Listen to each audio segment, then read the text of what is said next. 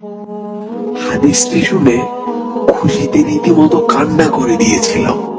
মুসা আলাইহিস সালাতু ওয়াস সালাম একবার আল্লাহ তাআলাকে জিজ্ঞাসা করলেন, আমার অনুসারীদের মধ্যে সবচেয়ে বড় পাপী কে?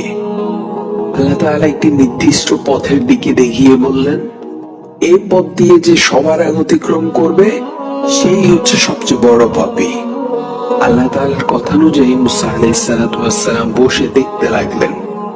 কিছুক্ষণ পর দেখলেন এক ব্যক্তি একটি ছোট বাচ্চাকে কোলে নিয়ে রাস্তাটা অতিক্রম করছে।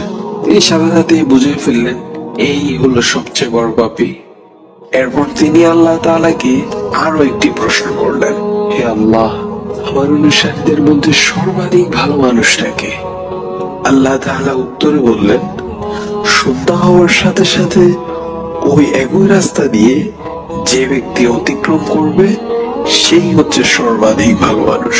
মুসা আলাইহিস সালাতু ওয়াস সালাম সূর্য ডুবার অনেক আগ থেকেই বসে রইলেন। যেই সূর্য ডুবে যেতে লাগলো তিনি দেখলেন সেই সকালের লোকটি ছেলেকে কোলে নিয়ে ফিরে যাচ্ছে।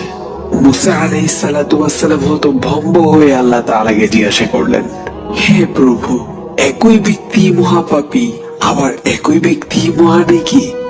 আল্লাহ উত্তরে বললেন, হে মুসা, এই ব্যক্তি সকালে যখন তোমার সামনে দিয়ে তার ছেলেকে নিয়ে জঙ্গলে প্রবেশ করছিল তখন কোলের ছেলেটি বাবাকে জিজ্ঞাসা করেছিল, আচ্ছা বাবা, এই জঙ্গলটি কত বড়?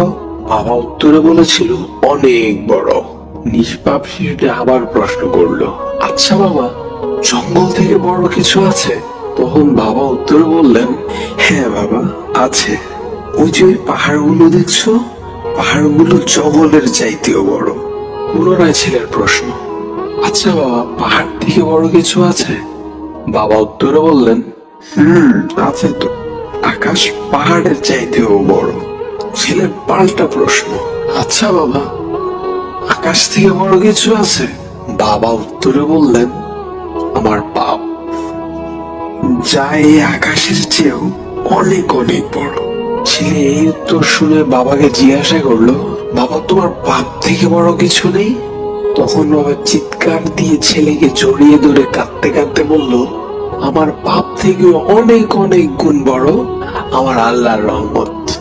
হে মুসা, এই ব্যক্তির পাপের অনুভূতি ও অনুশোচনা আমার এতই পছন্দ হয়েছে, সবচেয়ে পাপী ব্যক্তি থেকে তাকে আমি সবচেয়ে নেকি ব্যক্তি বানিয়ে দিয়েছি।